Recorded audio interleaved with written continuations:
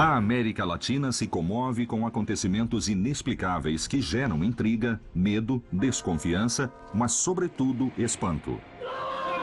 Curas maravilhosas, cadáveres que nunca se decompõem, pessoas que levam em seus corpos as chagas de Cristo, ou imagens religiosas que choram sangue, são fenômenos que ninguém consegue entender.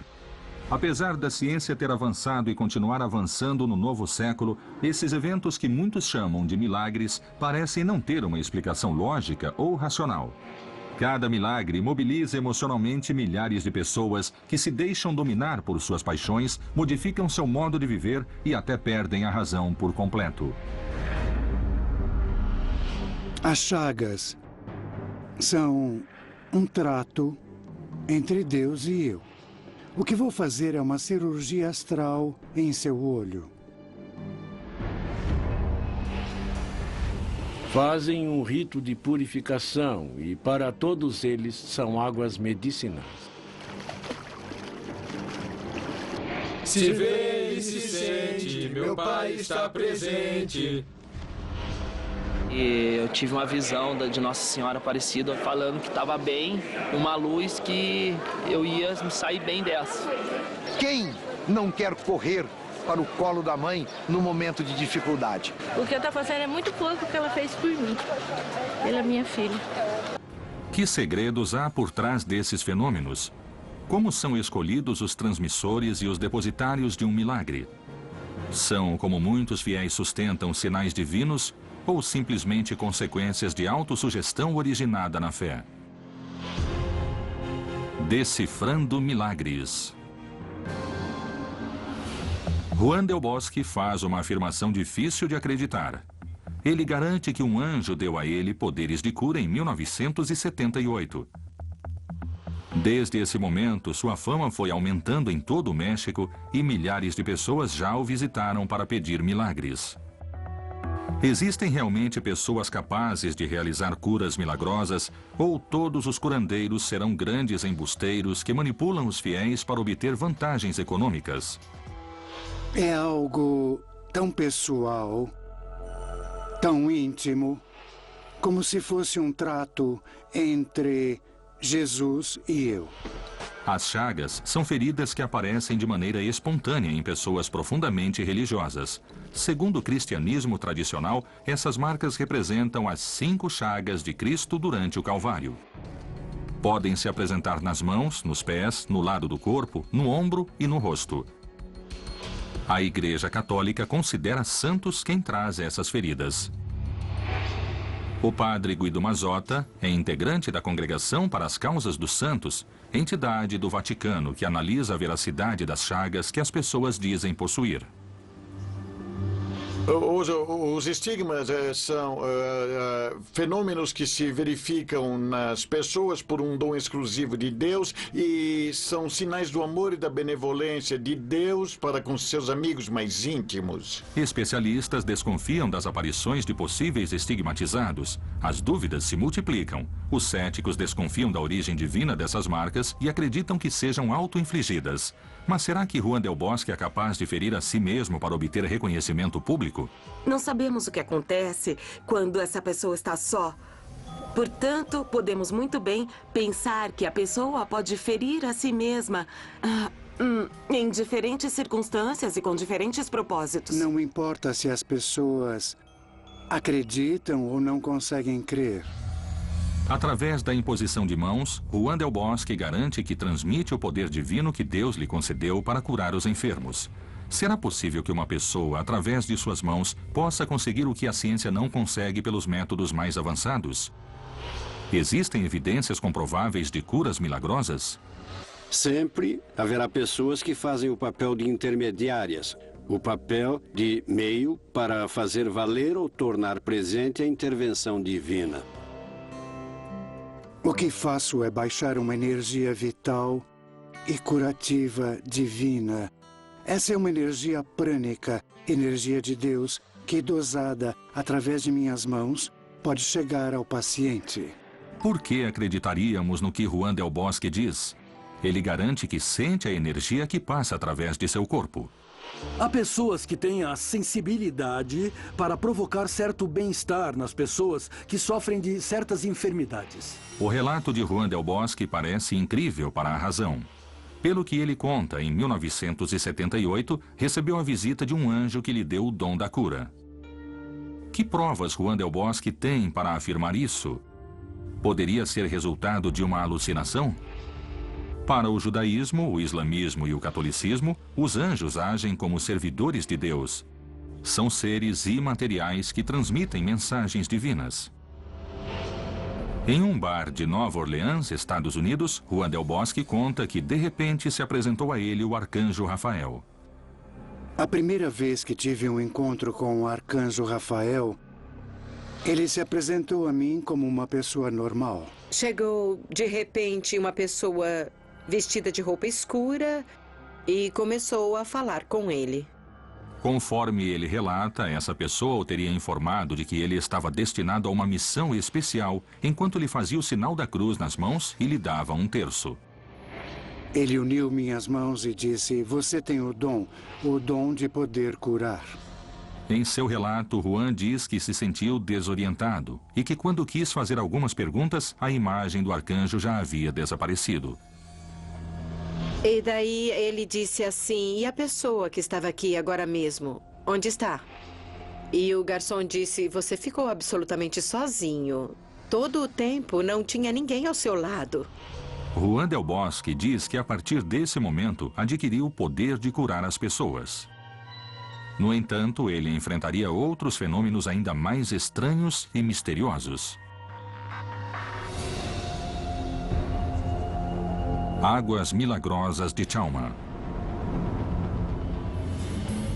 O povoado de Chalma representa um dos centros religiosos mais importantes do México. Milhares de peregrinos chegam diariamente para orar para o Senhor de Chalma e se banhar no manancial que atravessa o povoado.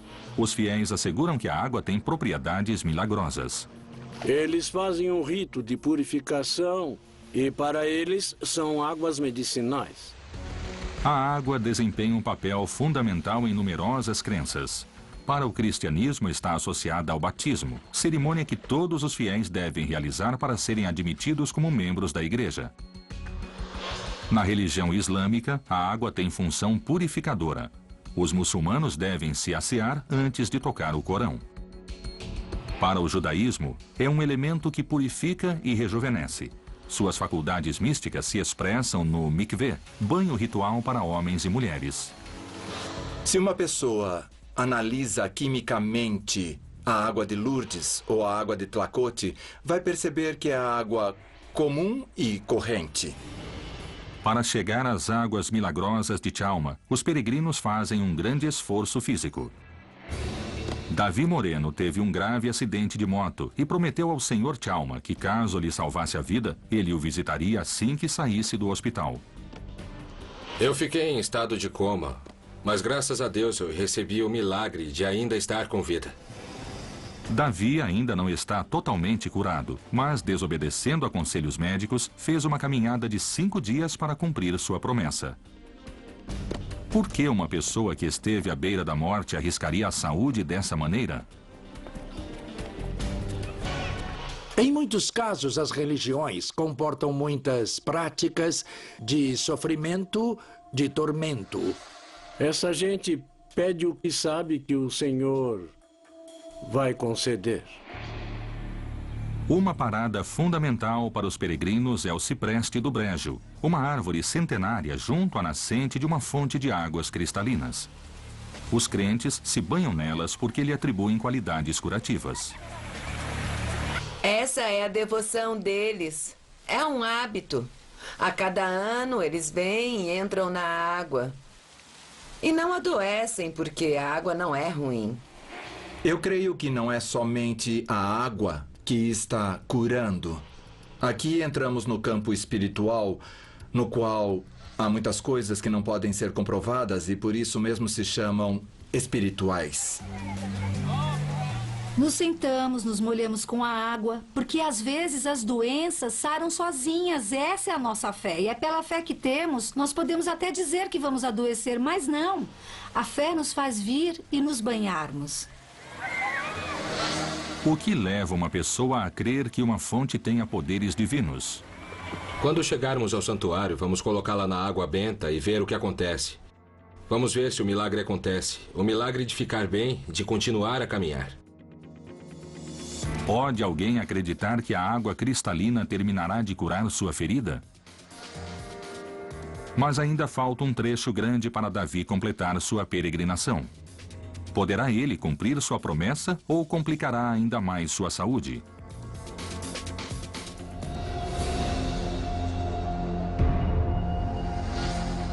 Os estigmas de Juan Del Bosque. Depois que começou a apresentar as chagas, Juan Del Bosque tem se dedicado a curar as pessoas e garante que já curou mais de 10.000 doentes. No entanto, não há registros que endossem essas curas. Ele tem uma qualidade pela qual pode facilmente curar algumas pessoas, e assim tem demonstrado. Curar alguém é o que me mantém vivo. Pode uma pessoa sugestionar tanto as outras a ponto de fazer suas mentes curarem doenças?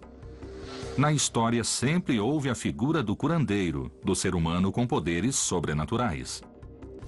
Nas culturas indígenas da América Latina, havia os chamados curandeiros ou xamãs, que curavam os doentes e se comunicavam com o além.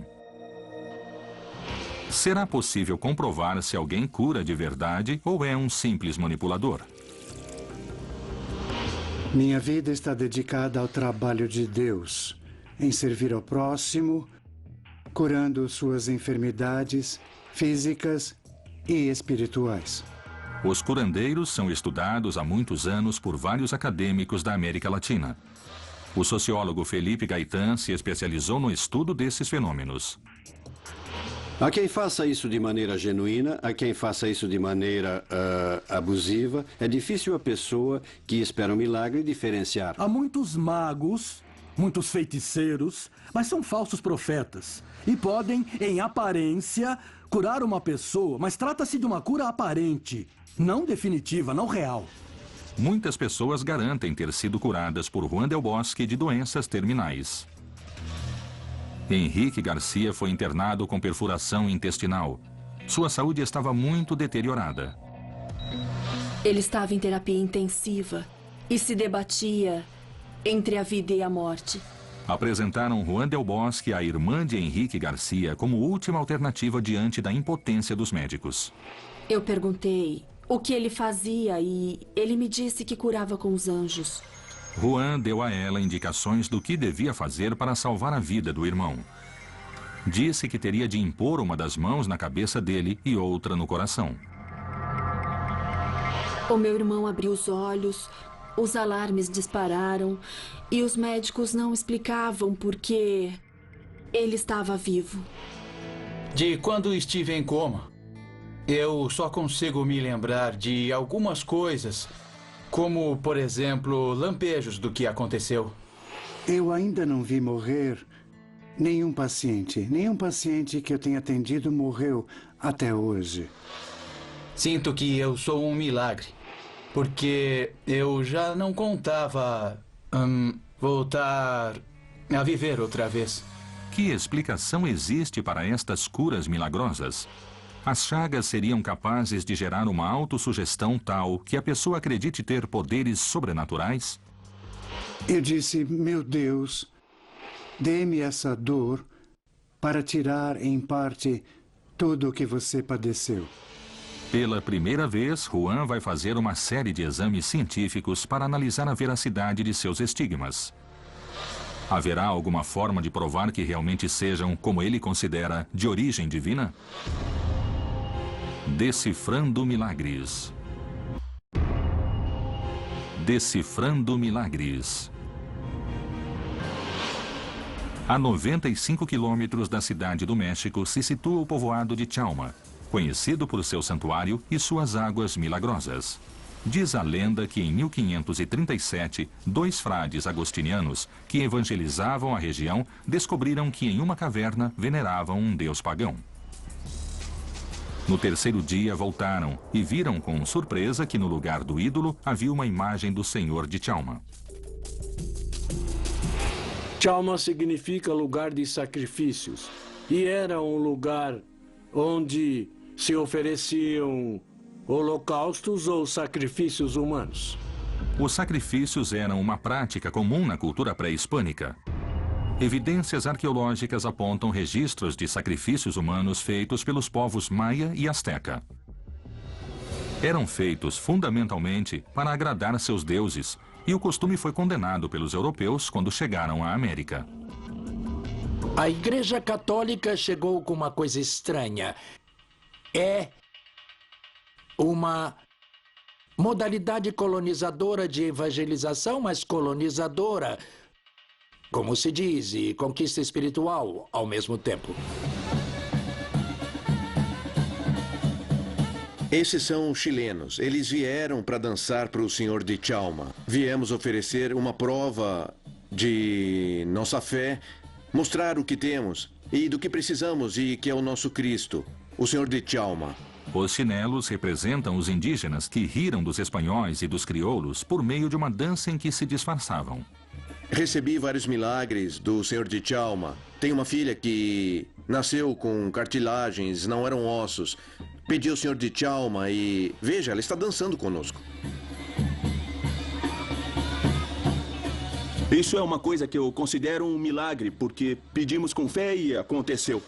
Os devotos chegam esgotados às portas do templo, mas com uma fé imensa. Deus Todo-Poderoso, estamos dando as boas-vindas a uma peregrinação das muitas que vêm a este santuário durante o ano todo. Se vê e se sente, meu Pai está presente. Se vê e se sente, meu Pai está presente. Por meus amigos, minha mãe, meu pai, meus inimigos, todos aqueles que me rodeiam, o que eu quero é que fiquem bem. Se vê, se sente, meu Pai está presente. Se vê, se sente. Tudo bem, com muita alegria, contente. Pensei que eu não chegaria, mas aqui estou, graças a Deus. Depois de tanto esforço físico e emocional pela longa caminhada, Davi Moreno cumpre sua promessa. Porque cheguei aonde eu me propus chegar.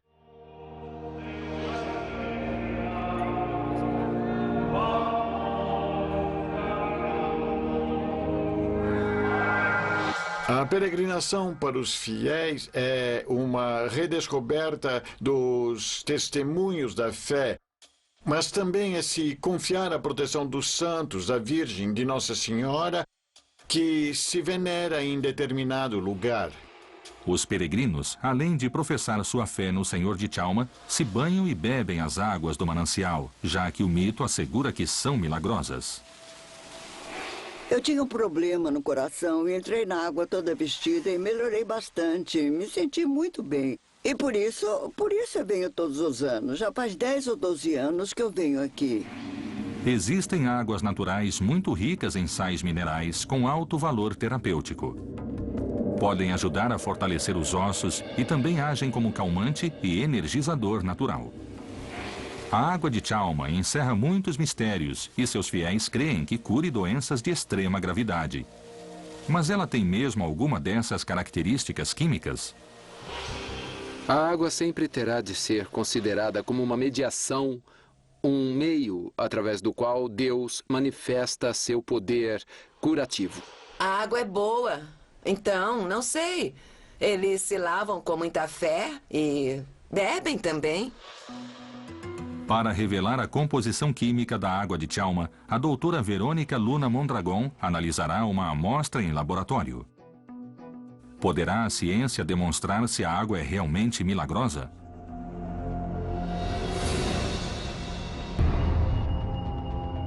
Virgem Aparecida. No Brasil, a cada fim de semana, mais de 200 mil pessoas visitam o santuário de Nossa Senhora Aparecida. Desde sua misteriosa aparição, a imagem ganhou fama imediata e cativou fiéis de todo o país, que se maravilham frente a seus supostos milagres divinos. Foi só na hora que eu pedi para Nossa Senhora, ajoelhada, um milagre enorme, imenso. Nossa, é minha vida, minha santa, faz parte de mim. O fervor pela Virgem Maria se repete em toda a América Latina. Em muitos países, ela é a padroeira nacional. A Virgem de Luján, na Argentina. a Virgem de Chiquinquirá, na Colômbia, no Peru e na Venezuela, e a de Guadalupe, no México. Nesses países, a devoção pelas padroeiras se expressa através de exaustivas peregrinações, visitas de multidões a seus santuários e, principalmente, uma fé inquebrantável. As pessoas vivem na incerteza, vivem no temor do que possa acontecer. E quando têm uma preocupação ou entram em crise, se não conseguirem resolver, solicitam a intervenção de algo mais. Eu vim acender uma vela, pedir uma graça, que eu já consegui uma, e agora vim pedir outra. Ela é muito poderosa. A estátua de Aparecida foi encontrada em 1717 nas águas do Rio Paraíba do Sul. Desafiando as leis da natureza, a Virgem teria feito aparecer uma surpreendente quantidade de peixes no momento de seu resgate. O fato ficou registrado como seu primeiro milagre. Os fiéis adoraram a imagem desde o primeiro momento e lhe atribuíram forças sobrenaturais. Nós estamos computando, neste ano que passou, mais de 11 milhões de pessoas que passam pelo santuário. Portanto, quase 10% da população brasileira visita o Santuário de Aparecida. Eu já vi até pessoas de outra religião, como evangélicos, quando vê um momento de desespero, ele grita, minha Nossa Senhora Aparecida. A Virgem Aparecida também é chamada Rainha e Mãe dos brasileiros. Seus devotos afirmam ver nela um pequeno sorriso e se sentem protegidos por sua figura maternal. Recorrem à Virgem para pedir por seus sonhos e buscar consolo nos momentos mais difíceis. O arquétipo da mãe fala muito forte. Quem não quer correr para o colo da mãe no momento de dificuldade? É muito fácil rezar para uma santa que é negra, que é dos pobres, que é do pescador, que é de toda a gente. Uma mãe, frente à enfermidade de um filho, é capaz de fazer qualquer esforço físico para agradecer um milagre. Maria Luísa recorreu à Aparecida após ver vários médicos e não encontrar solução para salvar a vida de sua pequena. Ela era muito doentinha, dava convulsões quando era pequena. Eu pedi para Nossa Senhora, ia com muita fé, sabe? Quando ela completasse 15 anos, ia vir aqui, deixou o cabelo dela crescer, nunca mais cortei o cabelo dela.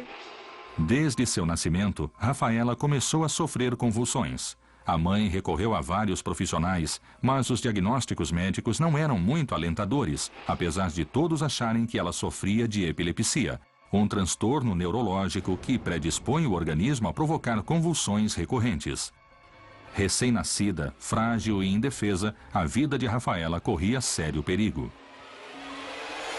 Eu tive muitos traumas na minha infância, na escola, porque as crianças não ficavam perto de mim, por causa que tinham medo de mim quando dava um ataque de convulsão. E o que eu estou fazendo é muito pouco que ela fez por mim, pela minha filha. E vim pagar minha promessa. 15 anos depois daquela promessa, Luzia chega de joelhos ao santuário de Nossa Senhora Aparecida, junto com a filha Rafaela, para agradecer o milagre da cura. A medicina crê que Rafaela possa ter sofrido de uma epilepsia de tipo benigna e autocurável. Para os fiéis, no entanto, é uma prova a mais do poder de cura de Aparecida. Você não quer agradecer a mim, você tem que agradecer a Nossa Senhora. Sempre. Por que na América Latina grande parte da sociedade necessita canalizar seus pedidos mais desesperados para figuras religiosas? Temos que dizer que os milagres supõem duas coisas. Que uma metade está na parte humana, quem não tem fé não pode ver um milagre. A outra parte está em Deus. Há um século, vimos tendo a sensação de que tudo era desenvolvimento e progresso, de que a religião já não era necessária e que a medicina ia nos curar, a educação ia nos dar conhecimento, a tecnologia ia nos dar bem-estar. Já não é assim. Os fiéis se aproximam do santuário e deixam à Virgem uma grande variedade de presentes, com figuras que representam suas dores físicas ou seus pedidos pessoais. Dentro da Basílica se encontra a Sala das Promessas, onde são depositadas todas as oferendas a Nossa Senhora Aparecida.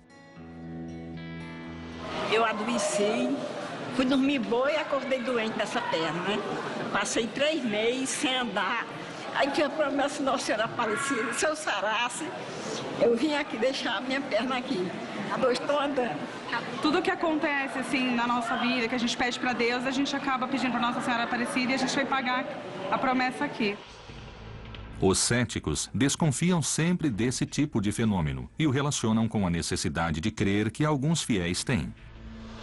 É muito frequente que o público, a qualquer tolice misteriosa, em certos ambientes, milagre, milagre, milagre.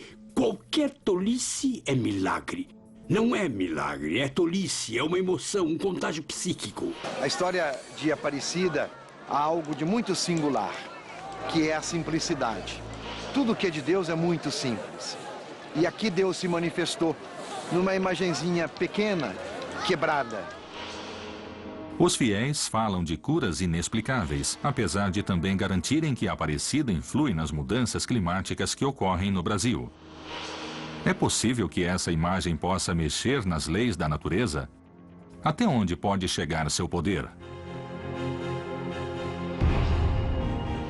Decifrando milagres.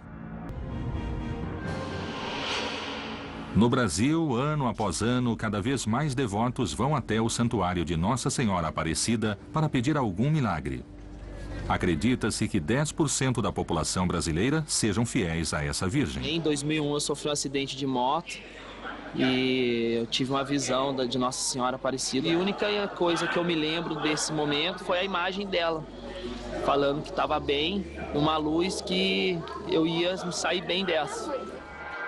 Os milagres ao longo da história têm sido relacionados a questões médicas, mas existem outras mais surpreendentes, como as que alteram o ritmo da natureza.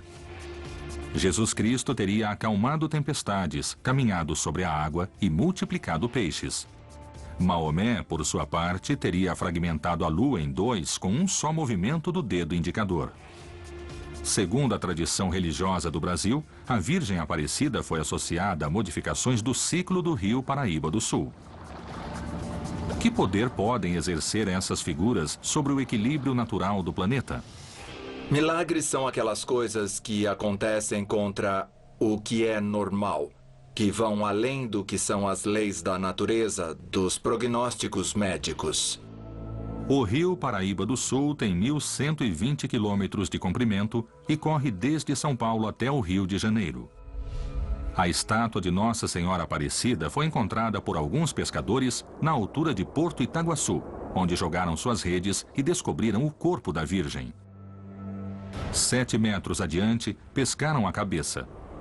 Uma vez resgatadas, as duas peças misteriosamente se uniram. Nesse mesmo momento, os pescadores começaram a tirar grande quantidade de peixes. Esse foi considerado o primeiro milagre de Nossa Senhora Aparecida. Teria essa Virgem se tornado padroeira do Brasil se não tivesse havido esse milagre?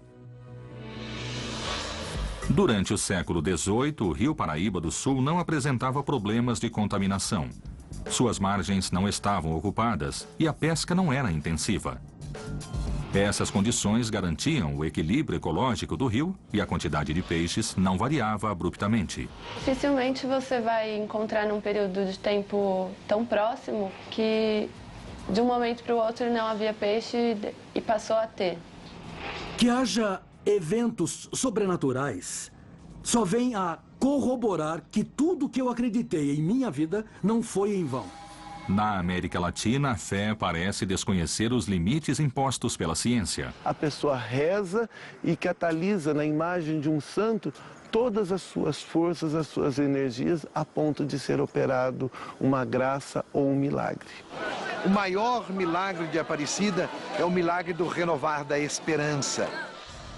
Quase 300 anos depois de ser encontrada nas águas do rio Paraíba do Sul, Nossa Senhora Aparecida continua ganhando devotos em todo o Brasil. Para eles, pouco importam as dúvidas científicas sobre os poderes da Virgem. Sua fé é o motor que os mobiliza e emociona frente a essa imagem de argila. Os estigmas de Juan Del Bosque. Desde o momento em que Juan del Bosque manifestou as supostas chagas de Jesus Cristo, sua vida mudou radicalmente. Ele parece ficar esgotado depois do que ele chama de cirurgia astral, uma duvidosa técnica que supõe que, através da transferência de energia, os doentes podem ser curados.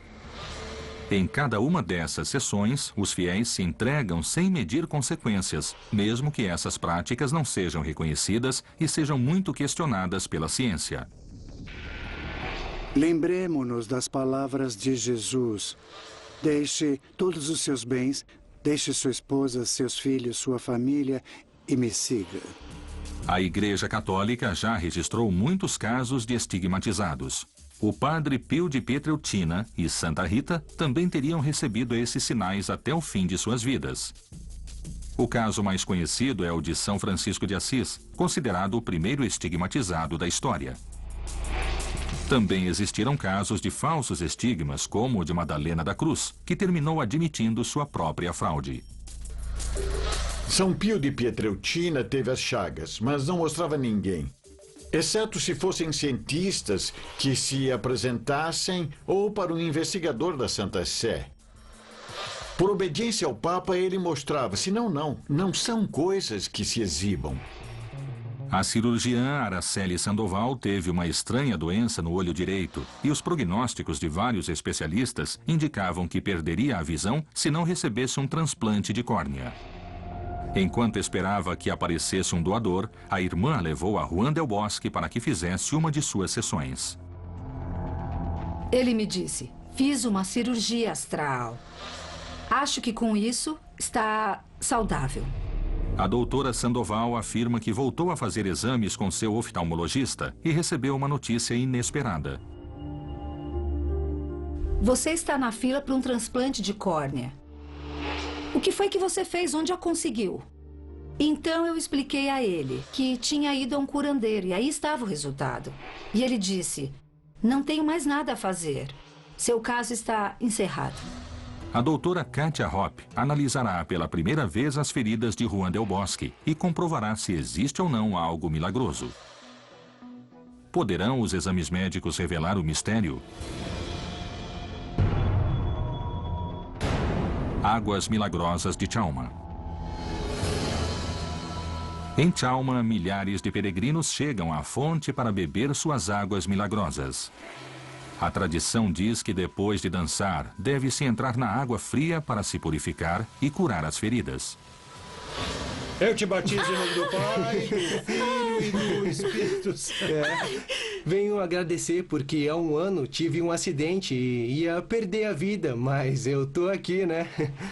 Eles usam a água porque sabem que ela sempre servirá como uma purificação. Eles vão limpando as contaminações ou alguns males que creem ser desejo de seus inimigos. Vários exames mostram que muitas fontes de água consideradas curadoras contêm bioelementos em pequenas quantidades com carga elétrica necessárias para o corpo. No caso da água de Lourdes, a qualidade magnética é baixa, mas seu campo elétrico é mais alto do que o normal. Mas essa propriedade da água pode curar doenças? Se houver o caso de não termos explicação racional nem científica, teremos de olhar com a perspectiva da fé cristã.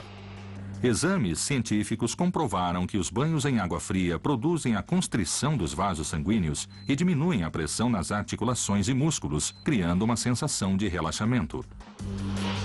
Será isso que os crentes de Chalma sentem? Ou estamos realmente na presença de uma água com poderes sobrenaturais? O que procuramos no laboratório foi determinar a concentração de vários componentes orgânicos, inorgânicos e microbiológicos, para descartar que se encontrem em níveis que possam ser nocivos à saúde. A amostra de água de Chalma será analisada por uma série de exames para decifrar sua composição. Poderá a ciência determinar se estamos em presença de uma água com poderes sobrenaturais, como atribuídos pelos fiéis? Decifrando milagres.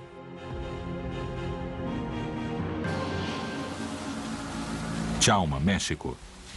A água de Chalma é considerada em todo o México como fonte de cura. A doutora Verônica Luna vai realizar diferentes exames com as amostras trazidas da fonte para descartar que a água esteja contaminada.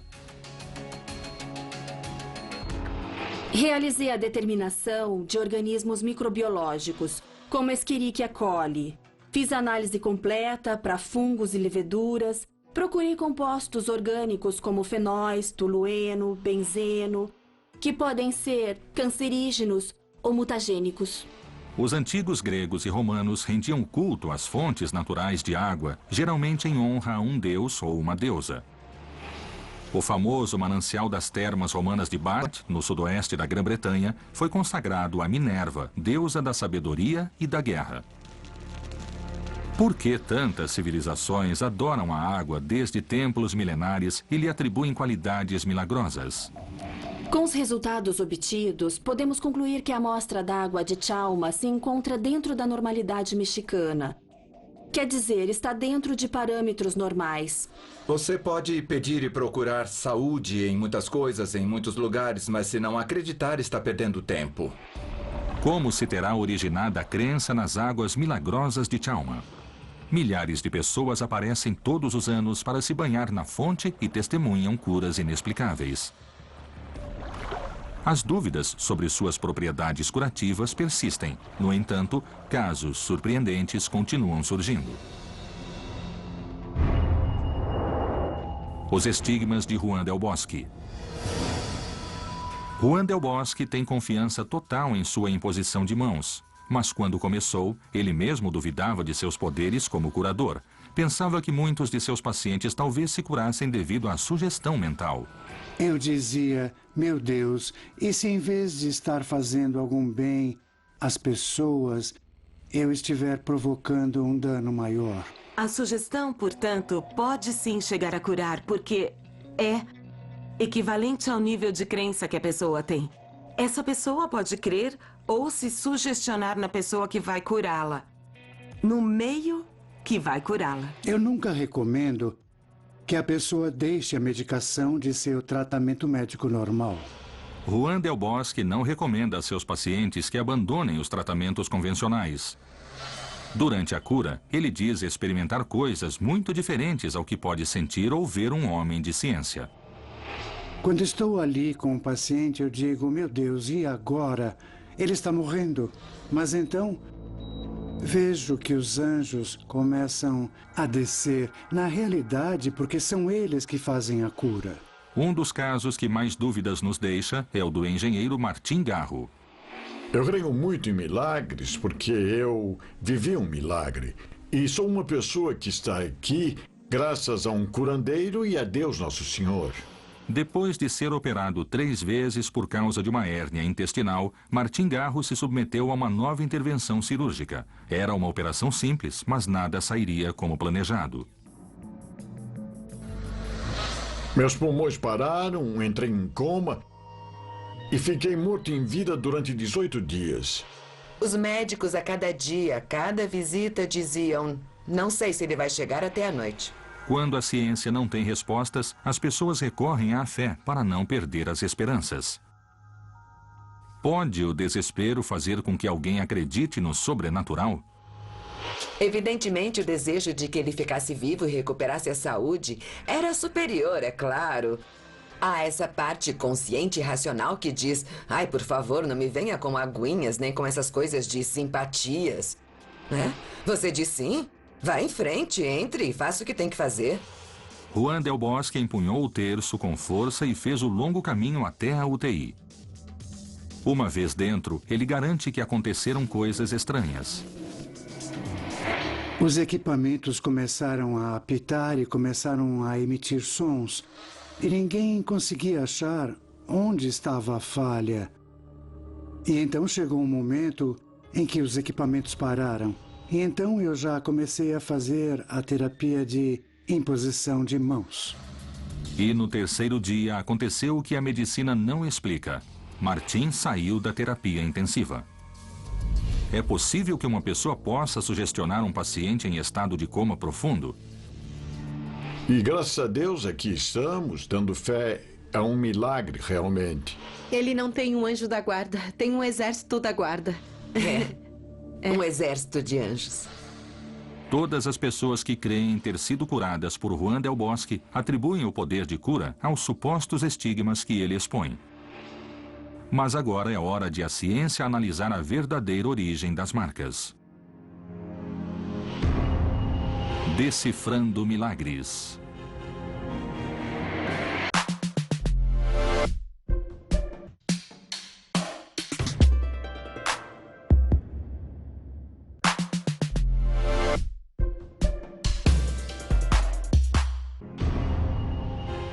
Decifrando milagres. Juan Del Bosque garante que tem nas mãos as chagas de Jesus Cristo.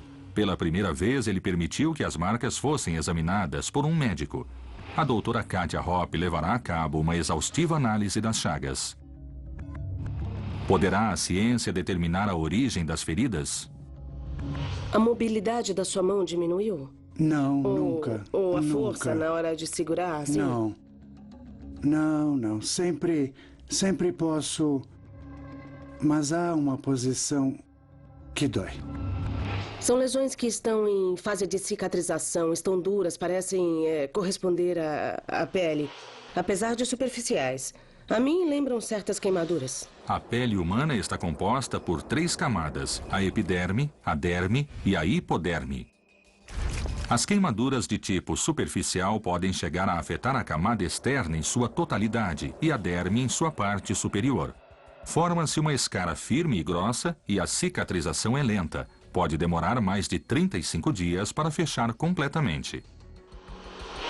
Muitas vezes, como no caso de Juan Del Bosque, a ciência se vê limitada a tratar de provar se essas são queimaduras ou estigmas. Uma lesão tão grande dificultaria o movimento e me chama a atenção que isso não aconteça no caso. Juan Del Bosque fará exames mais específicos para determinar a procedência de suas marcas. Nas radiografias, o que se observa é um tecido totalmente íntegro. Os ossos, os tecidos moles ao redor, todos eles. Não se observa a lesão que perfure ou atravesse nenhuma estrutura em absoluto nas mãos dele. Há fatos sobre os quais a ciência não pode dar uma explicação exata. É aí que a fé ocupa um papel preponderante. Me parece que os estigmas surgiram, mas ponho isso em dúvida, por uma série de razões que sejam de origem divina. Nesse tipo de manifestação, também achamos, infelizmente, a ação diabólica. Juan não faz milagres. Os milagres sempre são feitos por Deus. A ciência agora não tenta desqualificar os milagres. Pelo contrário, quer explicá-los, quer compreender por que de fato se vislumbrava um determinado caminho e ele mudou. E o que aconteceu no caminho. Estaremos em presença de um verdadeiro milagre e por isso a ciência não pode encontrar explicação. A saúde física também pode ser afetada por sugestão, dependendo do que pensamos ou cremos. Pode a mente provocar reações no corpo?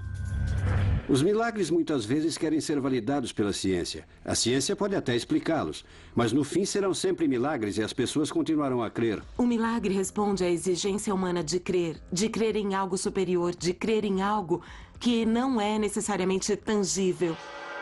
Às vezes não se pode encontrar uma resposta racional aos milagres. As pessoas que os recebem ou garantem ter o poder de realizá-los são as únicas testemunhas. Os milagres podem pôr à prova a exatidão da ciência? Serão só uma questão de fé? As fortes crenças que existem na América Latina fazem dessa terra um lugar fértil para acontecimentos inexplicáveis, para curandeiros e para fatos sobrenaturais. Decifrar esses mistérios é o único caminho que há para chegar à verdade.